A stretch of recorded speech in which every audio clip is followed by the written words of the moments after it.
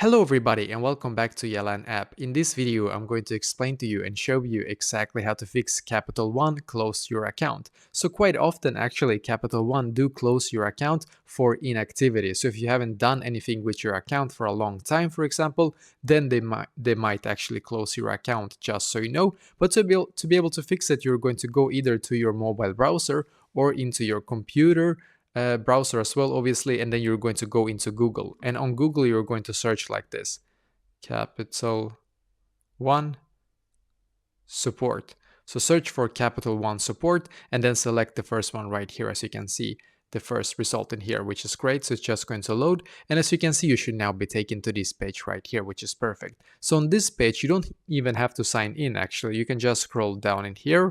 And as you can see where it says like this, get in touch with us. So you're just going to scroll down in here.